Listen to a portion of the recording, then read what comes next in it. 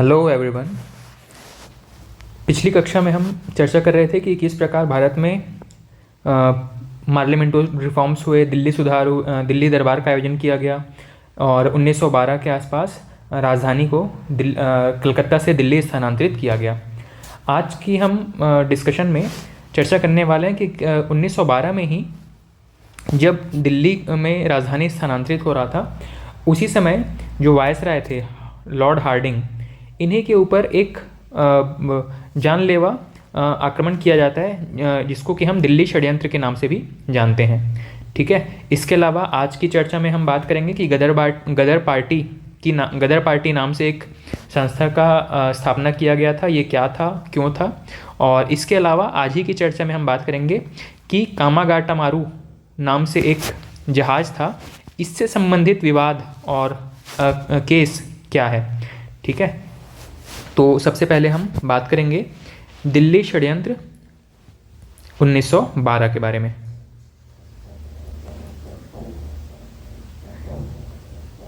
दिल्ली षड्यंत्र 1912। अब वापस से मुझे कुछ क्रोनोलॉजी जो है वो याद करके बताते चलिएगा कि जैसे मैंने बात किया था कि 1905 में बंगाल का विभाजन हो जाता है। विभाजन का कारण क्या था, क्यों था, कैसे इसका विभाजन संपन्न हुआ, ये सब हमने देखा। फिर हमने बात किया था 1906 में मुस्लिम लीग नाम से एक अलग से संस्था का गठन होता है। इसके बारे में भी हमने पूरी पृष्ठभूमि जान ली थी कि इसका भी गठन कब हुआ, क्यों हुआ और कौन इसके संस्थापक सदस्य थे। फिर हमने बात किया था कि कांग्रेस का सूरत विभाजन 1907 में जो सूरत अधिवेशन था, वहीं पे कांग्रेस का विभाजन हो जाता है। इसमें हमने क्या, क्यों, कैसे सारा कुछ देखा था। फिर हमने बात किया था 1908 में जो एक जज थे बंगाल के, इनका नाम था किंग्सफोर्ड, इनकी हत्या का प्रयास होता है। फिर हमने बात किया 1909 में पार्लियामेंटल रिफॉर्म्स के बारे में। 1911 के दिल्ली दरबार की चर्चा कर चुके थे, जहाँ पे बंगाल का विभाजन रद्द किया जाता है। ठीक है, किंग और क्वीन भारत आए थे, इन्हीं के स्वागत के लिए दिल्ली दरबार का आयोजन किया जाता है। ये तीसरा दिल्ली दरबार था।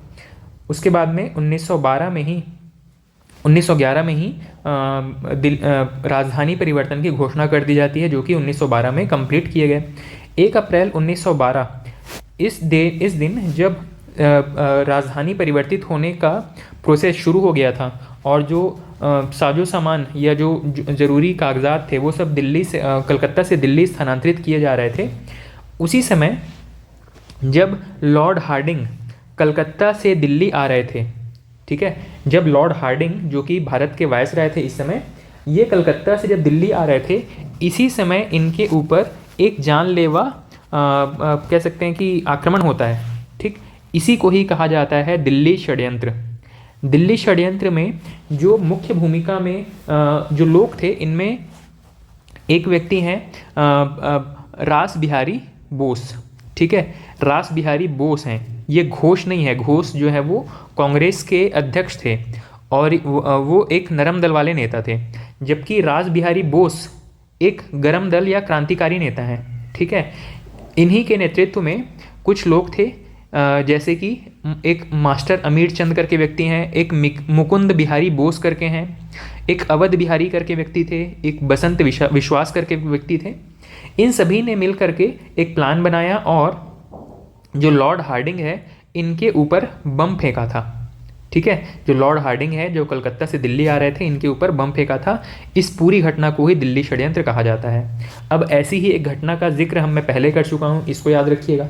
ठीक है, पहले कहाँ पे हुआ था, जो जज थे किंग्सफोर्ड, इनकी भी हत्या का प्रयास इसी तरीके से किया गया था। उनके कार के ऊपर बम फेंका गया था, जिसमें किंग्सफोर्ड उस कार में न होने की वजह से तो बच गए थे, लेकिन इस पूरी घटना में उनकी पत्नी और बेटी को, खास करके उनकी बेटी की मृत्यु हुई थी और उनकी पत्नी जो है वो घायल हो गई थी। ठीक है, तो ये बमबारी वाली घटना का जो दूसरी प्रमुख घटना है, ऐसे कई घटनाएं हो चुके थे लेकिन ये दूसरी प्रमुख घटना है जिसको कि हम इतिहास में अध्ययन करते हैं। ठीक है, तो इससे पहले किंग्सफोर्ड की कार पर बम फेंका गया था 1908 में, और 1912 जो बम फेंका गया है वो है वायसराय लॉर्ड हार्डिंग द्वितीय के ऊपर में। ठीक है, तो इसके प्रमुख बिंदुओं को हम यहाँ पे नोट कर लेते हैं। दिल्ली षड्यंत्र किससे संबंधित है? तो ये भी एक बम कांड है। बम कांड, किसके ऊपर बम फेंका गया था? तो लॉर्ड हार्डिंग द्वितीय के ऊपर बम फेंका गया था। ठीक है, हार्डिंग द्वितीय के ऊपर बम फेंका गया था। ठीक, और इसके प्रमुख नेता या इस पूरे षड्यंत्र में जो प्रमुख व्यक्ति है, इनमें कौन कौन थे? तो सबसे पहले तो इस पूरे षड्यंत्र के जो मास्टरमाइंड है, इनका नाम है रास बिहारी बोस। रास बिहारी बोस, इन्हीं का नाम असल में एग्जाम में पूछा जाएगा। अगर पूछा जाता है दिल्ली षड्यंत्र कांड के प्रणेता कौन थे, तो रास बिहारी बोस। इसके अलावा भी कुछ लोग शामिल थे, इनका नाम था मास्टर अमीर चंद। इसके अलावा मुकुंद बिहारी बोस,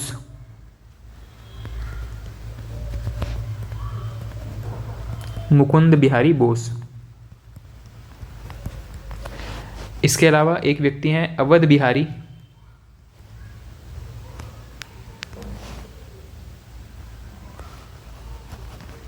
अवध बिहारी, और साथ ही एक लास्ट व्यक्ति हैं बसंत विश्वास। इन सभी के सहयोग से ये दिल्ली षड्यंत्र केस संपन्न हुआ था। हालांकि इसमें लॉर्ड हार्डिंग द्वितीय जो है वो केवल घायल हुए थे, और इसी केस के तहत बाद में इनको फांसी दे दी जाती है। ठीक है, इसी केस की वजह से और गिरफ्तारी के बाद में इन चारों को फांसी दे दी जाती है। ठीक, इसमें फांसी जो जिनको दी गई है उनमें बसंत विश्वास थे, अमीर चंद थे, अवध बिहारी थे, और मुकुंद बिहारी बोस। इन सभी को ही फांसी दे दी जाती है। और जो रास बिहारी बोस हैं, और इनके साथ में एक और व्यक्ति का नाम आता है इतिहास में, किसी किताब में आपको हो सकता है पढ़ने को मिले। इनका नाम था सचिन सान्याल। ठीक है, रास बिहारी बोस और सचिन सान्याल ये प्रमुख रूप से इस षड्यंत्र केस के मास्टरमाइंड थे। ये बच निकलते हैं, और जो बचे हुए 4 लोग हैं इनको फांसी दे दी जाती है गिरफ्तारी के बाद में। ठीक है, तो ये जो दिल्ली षड्यंत्र केस है, इसको एग्जीक्यूट कब किया गया था, या ये बम कांड किस तिथि को हुआ था? तो 23 दिसंबर 1912।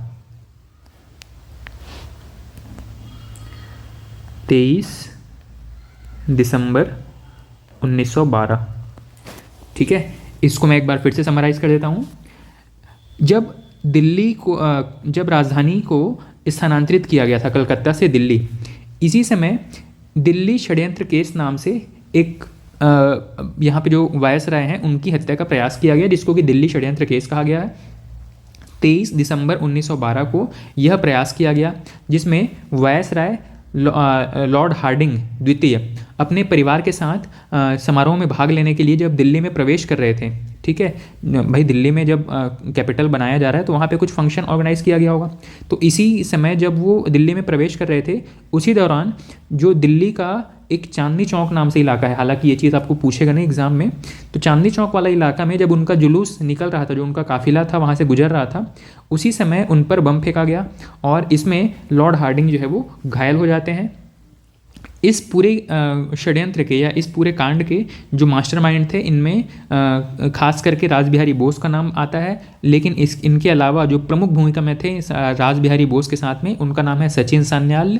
सचिन सान्याल के अलावा जो 4 प्रमुख लोग थे जिन्होंने इस पूरे घटना को अंजाम दिया था, इसमें है मास्टर अमीर चंद, मुकुंद बिहारी बोस, अवध बिहारी और बसंत विश्वास। ठीक है, इन चारों को ही पकड़ करके फांसी दे दी जाती है। ये चारों ही गिरफ्तार होते हैं और इन चारों को फांसी दे दी जाती है। इस पूरी घटना को ही दिल्ली षड्यंत्र के नाम से जाना जाता है। ठीक है, तो इस पूरी घटना के बारे में यही महत्वपूर्ण चीज़ें हैं। नेक्स्ट हम बात करते हैं गदर पार्टी के बारे में। गदर पार्टी,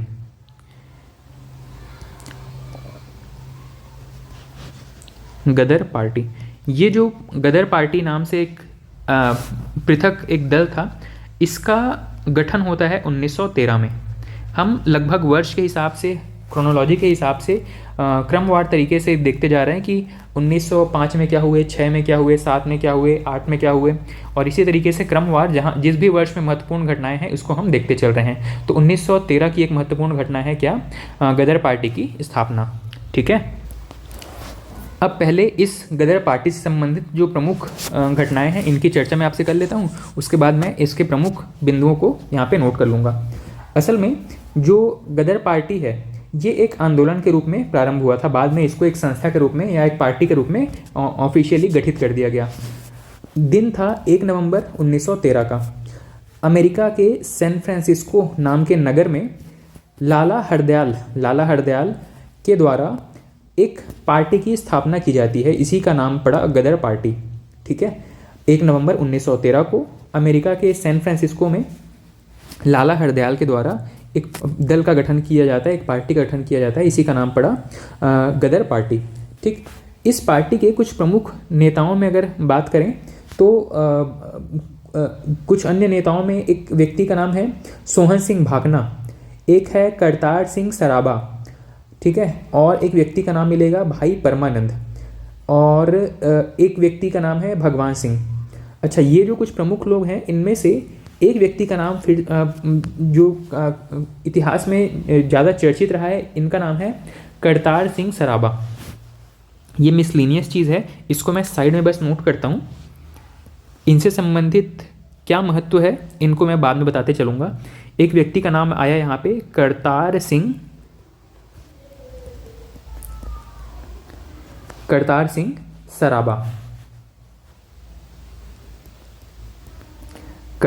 सराबा। देखिए, अगर अभी आपको आधुनिक इतिहास या 1857 की क्रांति के बाद जो भी इतिहास है इसको अगर समझना है तो आपको कुछ मूवीज़ देखनी चाहिए। एक मूवी है शहीद के नाम से, भगत सिंह जी के ऊपर है, एक मूवी है शहीद, इस मूवी का नाम है शहीद।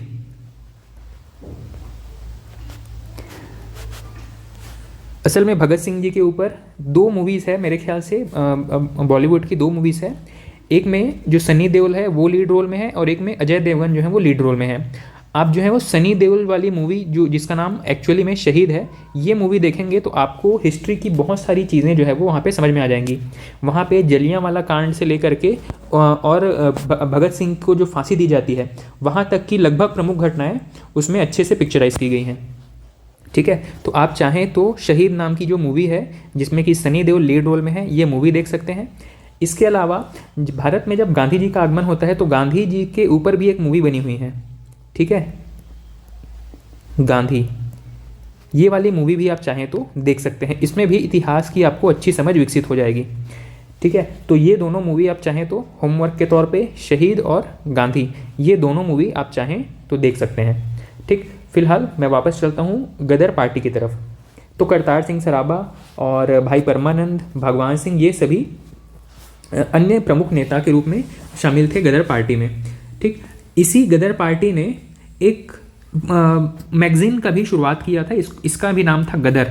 ठीक है, गदर नाम से इन्होंने एक साप्ताहिक मैगज़ीन की शुरुआत की थी, और इसका जो पहला अंक था, जो पहला एडिशन था, वो उर्दू में प्रकाशित हुआ था। ये चीज़ पूछा जाता है कि गदर पत्रिका का प्रकाशन किस भाषा में हुआ था, तो जनरली गदर एक पंजाबी शब्द है, और इसीलिए गदर नाम से जो मूवी है सनी देओल की, इसको हम समझते हैं कि ये जो मैगज़ीन है वो हो सकता है कि गुरुमुखी लिपि में प्रकाशित की गई होगी, लेकिन एक्चुअली में इसको उर्दू में प्रकाशित किया गया था। ठीक है, और बाद में इसको अन्य भाषाओं में भी शुरू किया गया। इसके अलावा जो महत्वपूर्ण चीज़ थी इसमें ये था कि जो गदर पार्टी था वो दूसरी पार्टियों से इस प्रकार अलग था कि स्वतंत्रता प्राप्ति के लिए ये लोग गुरिल्ला वॉर टेक्निक का यूज़ करते थे। ठीक है, मतलब छिप करके वॉर करते थे और उसके बाद में उस जगह से फरार हो जाते थे। इस तरीके से ये अंग्रेज़ों को भाई, क्योंकि आमने सामने की टक्कर देने के लिए वैसे संसाधन भी होने चाहिए, लेकिन क्योंकि भारतीय जो अभी छोटे छोटे पॉलिटिकल ग्रुप्स बन रहे हैं इनके पास उतने संसाधन होते नहीं थे, तो इनको कम संसाधन में जो ज़्यादा से ज़्यादा अंग्रेज़ों को नुकसान पहुंचाने का उपाय जो था वो यही था कि छुप करके वॉर इनके ऊपर आक्रमण किया जाए और फिर वहाँ से बच करके निकल लिया जाए। ठीक है, तो ये एक समझदारी भरा फैसला भी था।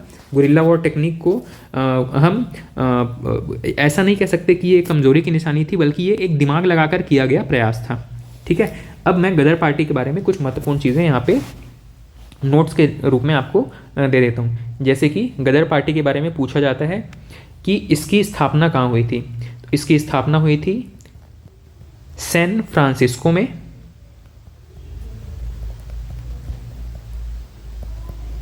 सैन फ्रांसिस्को कहाँ पे है? ये है यूएसए में। अमेरिका में सैन फ्रांसिस्को नाम के नगर में गदर पार्टी की स्थापना हुई थी, और विशेष रूप से अगर इसकी तिथि पूछा जाए तो 1 नवंबर 2013। 1 नवंबर 2013 को गदर पार्टी की स्थापना हुई थी। 1 नवंबर सन 2000 छत्तीसगढ़ का स्थापना दिवस है, और 1 नवंबर सन 1913 गदर पार्टी का स्थापना दिवस है। ठीक है, इसके जो अध्यक्ष थे, इसमें जो अध्यक्षता कर रहे थे इस पार्टी की, इनका नाम है सोहन सिंह भाखना। ये भी महत्वपूर्ण प्रश्न है, पूछा गया है। गदर पार्टी के अध्यक्ष कौन थे? सोहन सिंह भाखना। इस पार्टी के संस्थापक सदस्यों में कौन कौन थे? तो मैं यहाँ पे 2 लोगों का नाम लिख लेता हूँ। एक का नाम है लाला हरदयाल, और एक प्रमुख व्यक्ति हैं करतार सिंह सराबा। करतार सिंह सराबा, यही जो करतार सिंह सराबा है, इन्हीं के विचारों से इन्फ्लुएंस थे हमारे भगत सिंह। ये जो घटना है ये आपको शहीद मूवी में देखने को मिलेगा। ठीक है, इसीलिए मैंने कहा कि करतार सिंह सराबा के बारे में अगर ठीक से और समझना है तो आपको ये भगत सिंह वाली मूवी देखनी पड़ेगी जिसका नाम है शहीद। ठीक, तो प्रमुख जो नेता थे इसमें सोहन सिंह भाखना थे, लाला हरदयाल थे, करतार सिंह सराबा थे, और भी कई नेता थे, जैसे कि मैंने बताया था भगवान सिंह हो गए, भाई परमानंद हो गए, ये सब भी प्रमुख नेता थे। ठीक है, इसके अलावा इसी पार्टी ने ही गदर पत्रिका का प्रकाशन किया था। गदर पत्रिका का प्रकाशन किया था, और इस पत्रिका का जो फर्स्ट एडिशन था ये उर्दू में था। ठीक है, उर्दू भाषा में फर्स्ट एडिशन का प्रकाशन किया था, और बाद में ये अन्य भाषाओं में भी इसको छापना शुरू किया गया। ठीक, और इसी पार्टी का एक दूसरा नाम था। इसी पार्टी का एक दूसरा नाम था, हालांकि ये एग्ज़ाम में ज़्यादा पूछा नहीं गया है। इसका दूसरा नाम क्या था?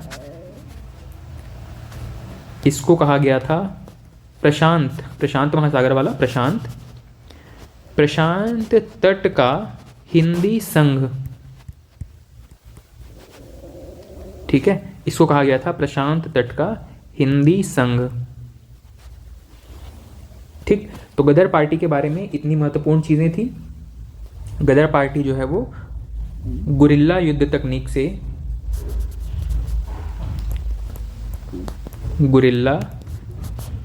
तकनीक का प्रयोग करती थी। गुरिल्ला युद्ध तकनीक, ठीक है, मतलब छुप करके और घात लगा करके वॉर करना और बाद में वहाँ से फरार हो जाना, ये प्रमुख इनके तरीके थे। ठीक है, तो गदर पार्टी के बारे में इतनी चीज़ें हैं जो कि एग्ज़ाम में महत्वपूर्ण है, पूछी जाती हैं। ठीक, अब इसके बाद में हम नेक्स्ट बात करते हैं कामागाटामारू प्रकरण के बारे में।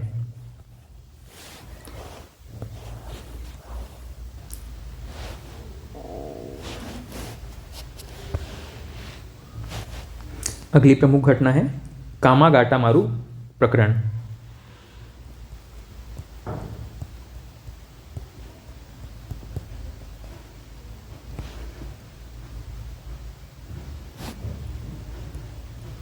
प्रकरण कह लीजिए या घटना कह लीजिए, दो भी चलेगा। ये हुआ है 1914 के आसपास, 1914। कामागाटामारू केस 1914।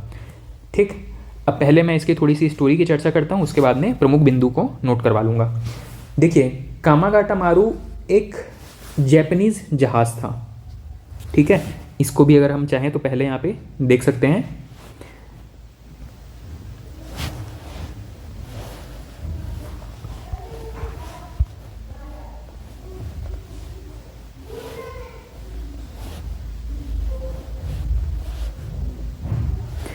ये एक जैपनीज़ जहाज़ था, ठीक है। कामागाटा मारू ये एक जैपनीज़ शिप था, इस तरीके से, ठीक है।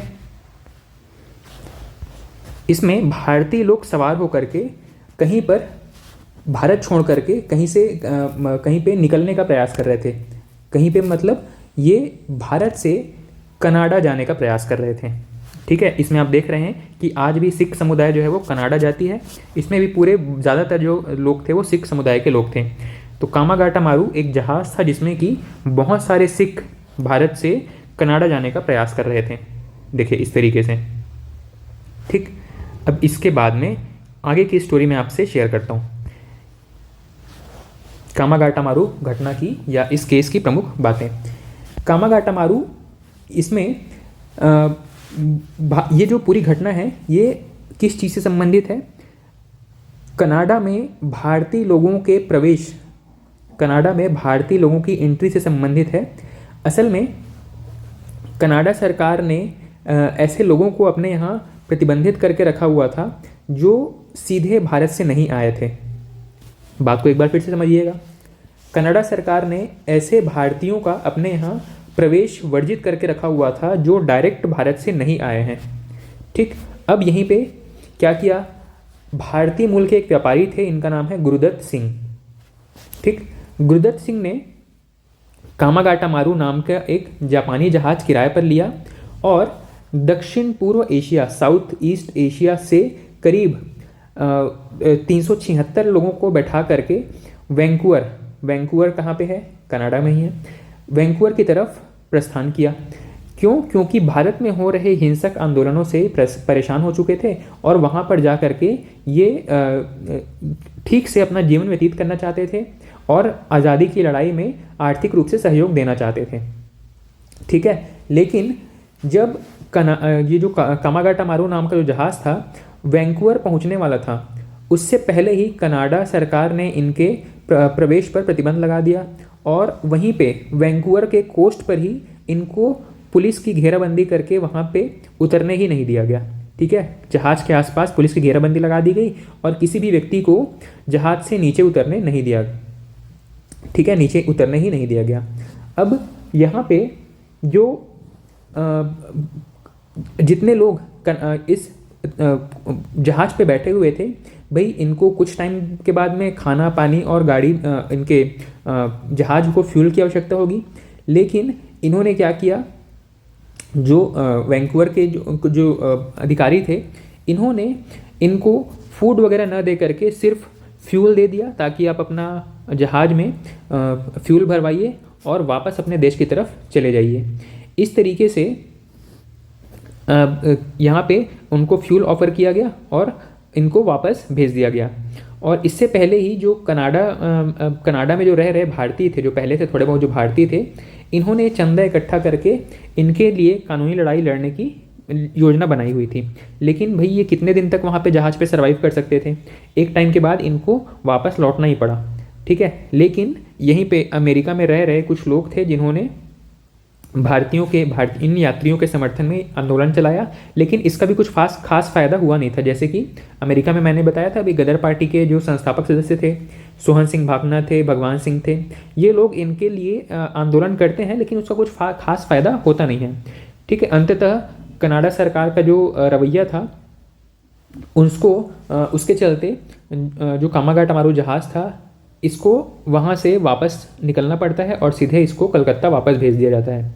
जैसे ये जहाज़ कलकत्ता पहुँचता है तो जो यात्री थे और जो भारत की जो ईस्ट इंडिया कंपनी या ब्रिटेन की जो पुलिस थी, इनके बीच हिंसक झड़प होने लगती है, ठीक है। और हिंसक झड़प में या इस हिंसक गतिविधि में कुछ यात्री की हत्या हो जाती है, ठीक है, उनको मार दिया जाता है और कुछ को जेल में डाल दिया जाता है। इसमें ज़्यादातर, जैसे कि मैंने आपको इमेज में दिखाया, ज़्यादातर जो लोग थे इस जहाज़ पे वो सिख थे, ठीक। और ये जो सिख थे इन्होंने इस घटना का खूब पुरजोर विरोध किया।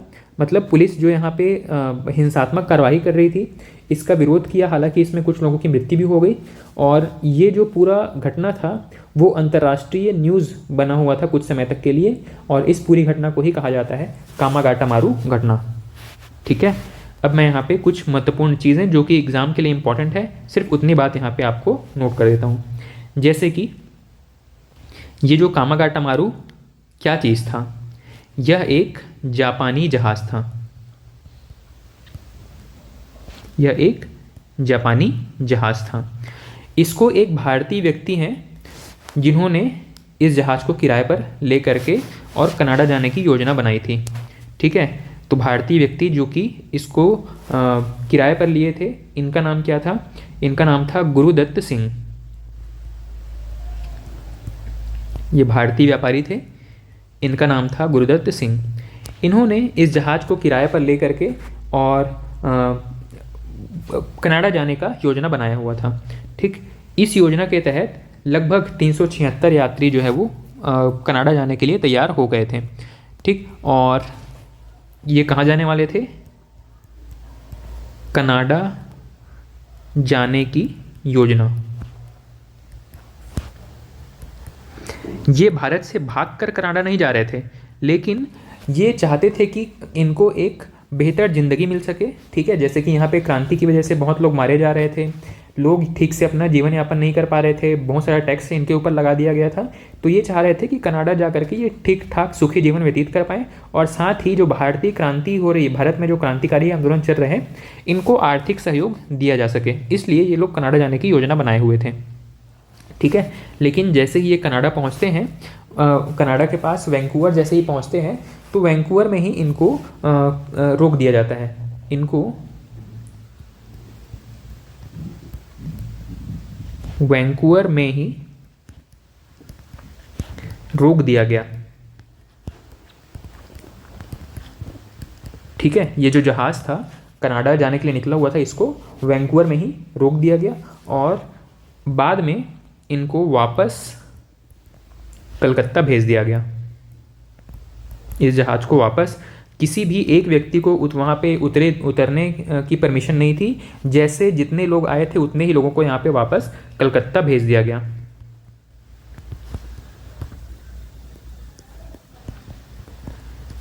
और जब ये कलकत्ता वापस आए तो कलकत्ता में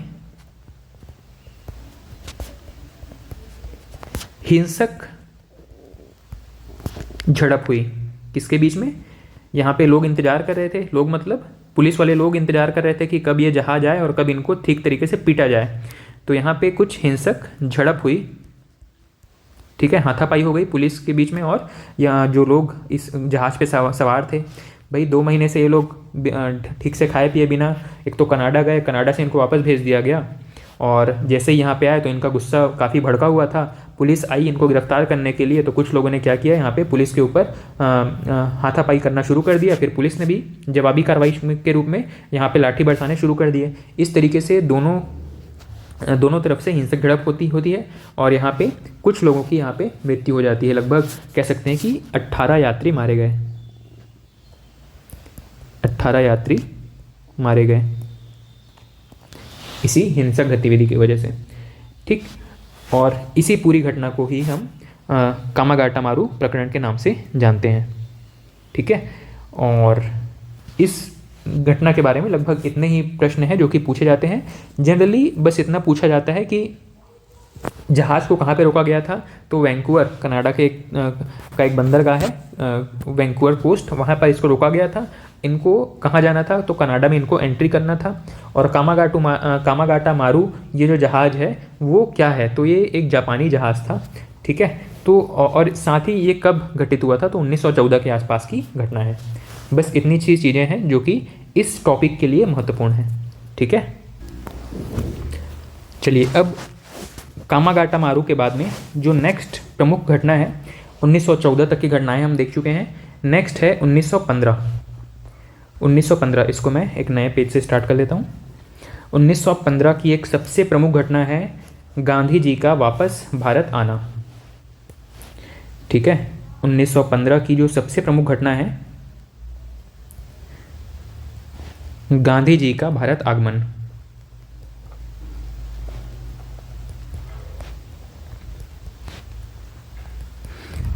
गांधी जी का भारत आगमन।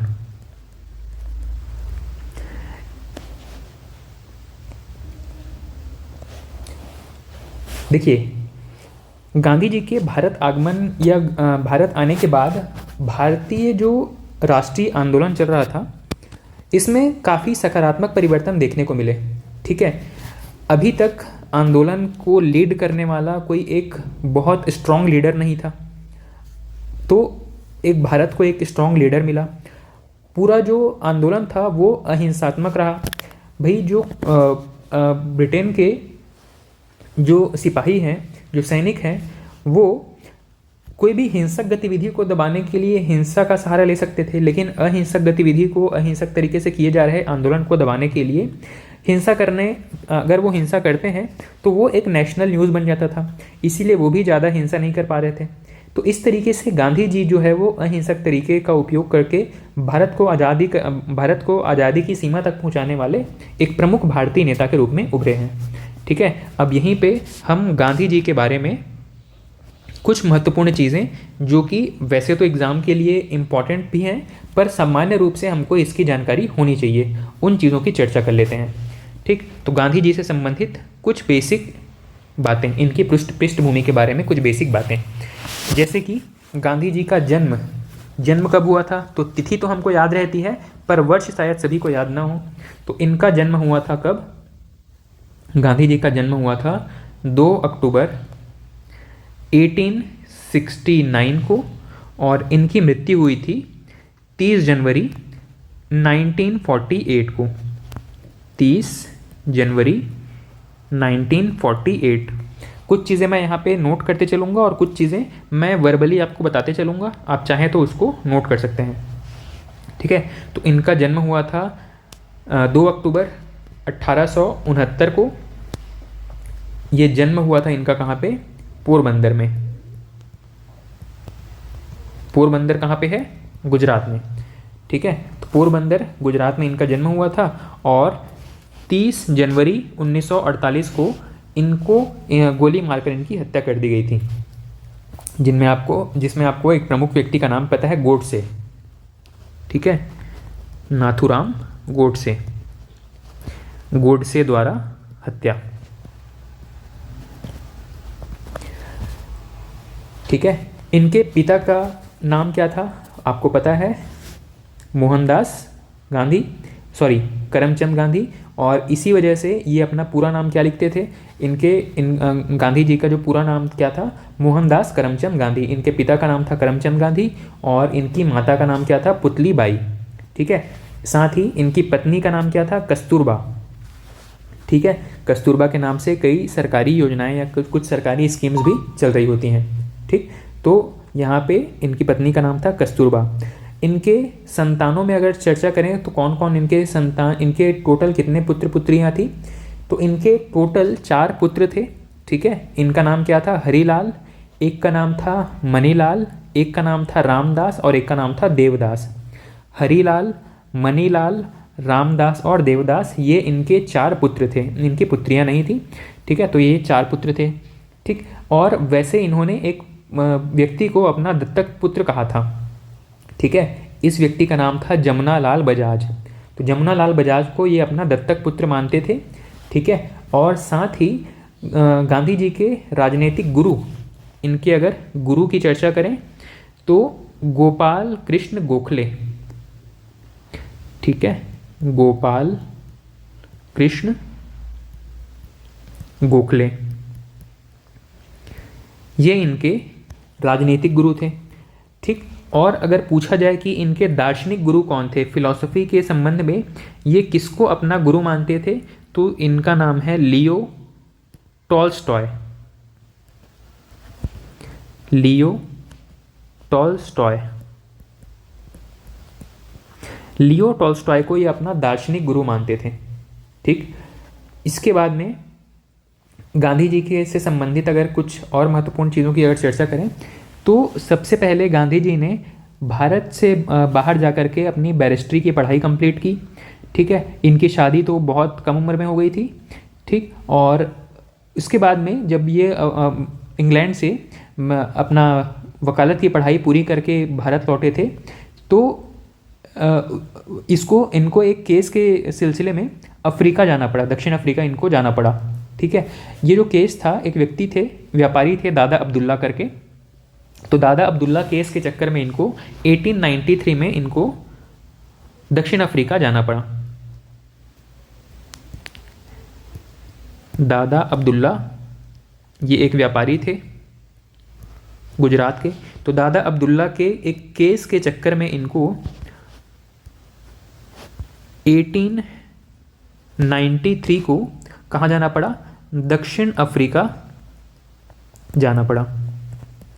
ठीक है। अब ये पहली बार दक्षिण अफ्रीका गए। अब वहाँ पे देखे कि किस तरीके से काले गोरे का भेद है, वहाँ पे भी जो लोकल लोग हैं उनको परेशान किया जा रहा है, वहाँ पे भी ब्रिटिशर्स का राज है। इस तरीके से उन्होंने वहाँ पे भी काफ़ी सारी समस्याओं का सामना किया। सबसे बड़ी समस्या क्या थी? एक बार ये एक स्टेशन में जो फर्स्ट क्लास की टिकट है वो लेकर के यात्रा कर रहे थे, और यहीं पे जिस ट्रेन से यात्रा कर रहे थे उसी रूट में एक स्टेशन पड़ा था, पीटर्स मार्टिनबर्ग स्टेशन। यहाँ पे जो गांधी जी जो थे, जो फर्स्ट क्लास की टिकट लेकर के यात्रा कर रहे थे, जब इन टीटी आए तो इनको टिकट के बारे में पूछा गया। इन्होंने बताया कि ये एक भारतीय हैं और टिकट लेकर के यात्रा कर रहे हैं। लेकिन वहाँ पर जो रूल्स थे उस ट्रेन में रूल्स क्या थे कि कोई भी भारतीय व्यक्ति फर्स्ट क्लास में यात्रा नहीं कर सकता है, चाहे वो टिकट लेकर कर रहा हो या बिना टिकट के हो, किसी भी तरीके से वो फर्स्ट क्लास में यात्रा नहीं कर सकते थे। और यही आरोप लगाकर गांधी जी को पीटर्स मार्टिनबर्ग स्टेशन में ट्रेन से धक्के दे करके उतार दिया गया। ठीक है। इस घटना से गांधी जी बहुत ज़्यादा आहत हुए और उन्होंने अंग्रेज़ों के खिलाफ एक युद्ध जो है वो अपने दिमाग में ही लड़ना शुरू कर दिया था। आगे चल करके जब भी इनको मौका मिला तब इन्होंने ब्रिटिशर्स के खिलाफ कानूनी तरीके से या अहिंसात्मक तरीके से युद्ध लड़ने का कोई भी मौका नहीं छोड़ा था। ठीक है। और इसके बाद में जो सबसे महत्वपूर्ण तिथि है 9 जनवरी 1915। 9 जनवरी 1915 को अपना दक्षिण अफ्रीका से सारा कामकाज निपटा के ये भारत वापस लौटे थे। और इसी तिथि को 9 जनवरी 1915 का जो दिन है, इसको भारत में प्रवासी भारतीय दिवस के रूप में मनाया जाता है।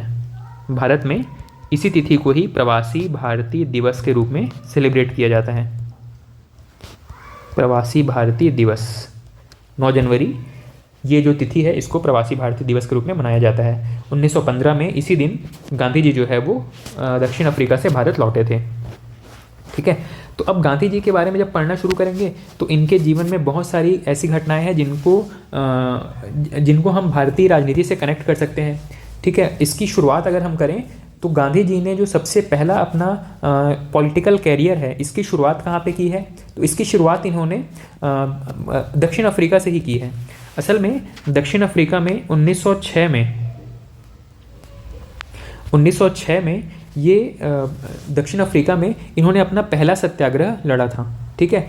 और इसी सत्याग्रह में इनको जो जीत मिली थी, इसी का प्रयोग भारत में आकर के सबसे पहला 1917 का जो चंपारण सत्याग्रह था, यहाँ पे उस सत्याग्रह का प्रयोग किया। ठीक है। इन्होंने दक्षिण अफ्रीका में रहते हुए कई सारे जन आंदोलन किए, वहाँ के लोगों के भलाई के लिए, वहाँ के लोगों को उनका हक दिलाने के लिए कई सारे जन आंदोलन किए। लेकिन क्योंकि हमारे लिए परीक्षा की दृष्टि से वो इम्पोर्टेंट नहीं है, अगर वो आपको सारी घटनाएं देखनी है या उसके बारे में और जानकारी प्राप्त करनी है तो मैंने आपको बताया था कि आपको 2 मूवीज़ देखनी चाहिए। एक तो है शहीद किसके बारे में है? भगत सिंह के बारे में है। वहाँ पे आपको भगत सिंह से संबंधित सारी जानकारी मिल जाएगी। और एक मूवी मैंने आपको बताया था गांधी नाम से। ठीक है। गांधी नाम से जो मूवी है उसमें वो लगभग 3 घंटे के आसपास की मूवी है, और उसमें आपको बहुत सारी चीज़ें जो आप अभी सिर्फ स्टेटमेंट के फॉर्म में पढ़ोगे, वो सारी चीज़ें वहाँ पे आप विजुअलाइज कर सकते हो। वो सारी चीज़ें आपको मूवी में देखने को मिल जाएंगी। ठीक है। तो गांधी नाम की जो मूवी है इसको आप देख सकते हैं अगर आपको गांधी जी के बारे में और ज़्यादा जानने में इंटरेस्ट है। ठीक है। अब हम चलते हैं कि 1906 में तो ये एक प्रयोग करके आ चुके थे। वैसे इन्होंने कई सारे अहिंसक आंदोलन जो है वो अफ्रीका में लड़ चुके थे। जब ये भारत पहुँचे थे 1915 में, तब जो गोपाल कृष्ण गोखले थे, इन्होंने गांधी जी को एक सजेशन दिया कि आप भारतीय राजनीति में सीधे कूदने से पहले भारत का भ्रमण कीजिए। भारत में ग्राउंड लेवल से लेकर के अपर लेवल तक क्या क्या घटनाएं हो रही है, उन सभी को समझने के लिए आपको पूरा भारत घूमना जरूरी है। और इसी वजह से इन्होंने भारत भ्रमण का शुरुआत किया, पूरा भारत घूमे और उसके बाद में फिर राजनीति में एंट्री किए। ठीक है, 1915 में भारत आ चुके थे और इन्होंने अपना सबसे पहला जो योगदान था किसी आंदोलन में, जो दिया गया योगदान था, वो सबसे पहले इन्होंने 1917 के चंपारण सत्याग्रह से अपने योगदान की डायरेक्ट एंट्री की शुरुआत की थी। ठीक है, डायरेक्ट इन्वॉल्व हुए थे कब? 1917 के चंपारण सत्याग्रह में। ठीक है, तो इस तरीके से 1915 में गांधी जी भारत आए और 1916 में इन्होंने पूरा भारत भ्रमण किया और उसके बाद 1917 में ये सबसे पहले भारतीय आंदोलन में शामिल होना शुरू किए थे। अब इसके बाद में 1917 से के बाद में इन्होंने कई सारे आंदोलन में भारतीय लोगों का सहयोग किया था। ठीक, लेकिन इन सभी को हम एक अलग अलग टॉपिक के हिसाब से पढ़ते चलेंगे, जहाँ पे ज़रूरत पड़ेगी जैसे 1917 की घटनाओं के बारे में पढ़ेंगे, उस समय चंपारण की चर्चा कर लेंगे। इसके बाद में अहमदाबाद मिल मजदूर के बारे में पढ़ना है। ठीक है, इसी तरीके से हमको कई सारे इवेंट्स के बारे में पढ़ना है जो कि गांधी जी जहाँ जहाँ पे इन्वॉल्व थे। लेकिन यहाँ पे हम सिर्फ गांधी जी के एंट्री की चर्चा कर रहे हैं कि कैसे 1915 में गांधी जी भारत आए और उसके बाद में राजनीति में सक्रिय रूप से भूमिका निभाना शुरू कर दिए थे। यहीं पे कुछ और अगर प्रमुख घटनाओं की चर्चा करें तो गांधी जी के कुछ प्रमुख पत्र पत्रिकाओं के बारे में पूछा जाता है। ठीक है, यहाँ पे गांधी जी की एक प्रमुख पत्रिका थी the Indian opinion.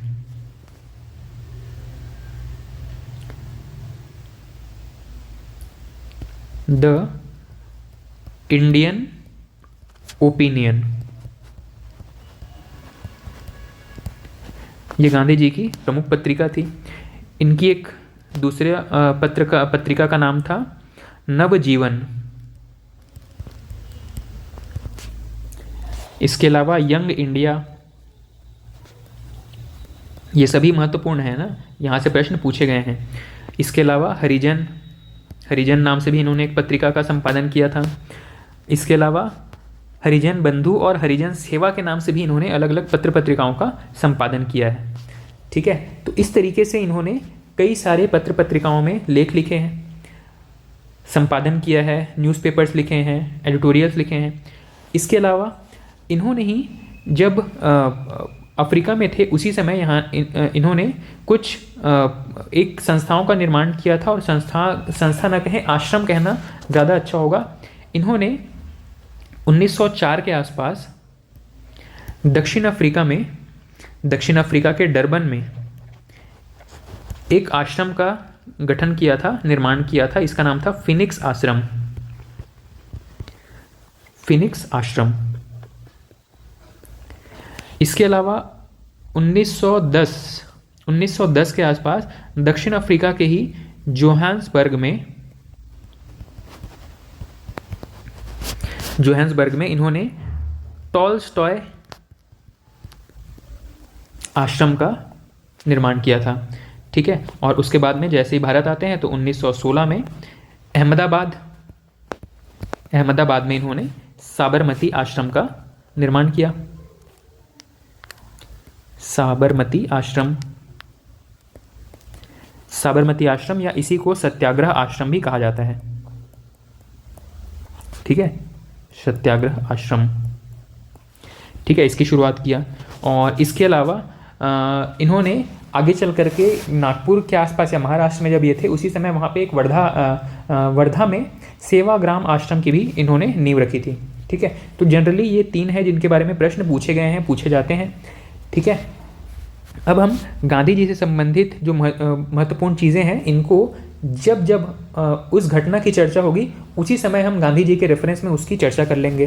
Gandhi ji के बारे में जो महत्वपूर्ण चीज़ें थी, इंडिविजुअली गांधी जी से संबंधित जो महत्वपूर्ण चीज़ें थी, वो लगभग ये महत्वपूर्ण चीज़ें हैं जो कि एग्जाम में पूछी जाती हैं। खास करके इनके जन्म के बारे में, मृत्यु के बारे में, इनके राजनीतिक गुरु के बारे में, दार्शनिक गुरु के बारे में, कौन से केस के लिए दक्षिण अफ्रीका गए थे, भारत कब लौटे थे, प्रवासी भारतीय दिवस कब मनाया जाता है, इनकी जो प्रमुख किताबें हैं या लेख हैं या पत्रिकाएँ हैं उनके बारे में, और प्रमुख रूप से इन्होंने जो आश्रम का गठन किया था इसके बारे में।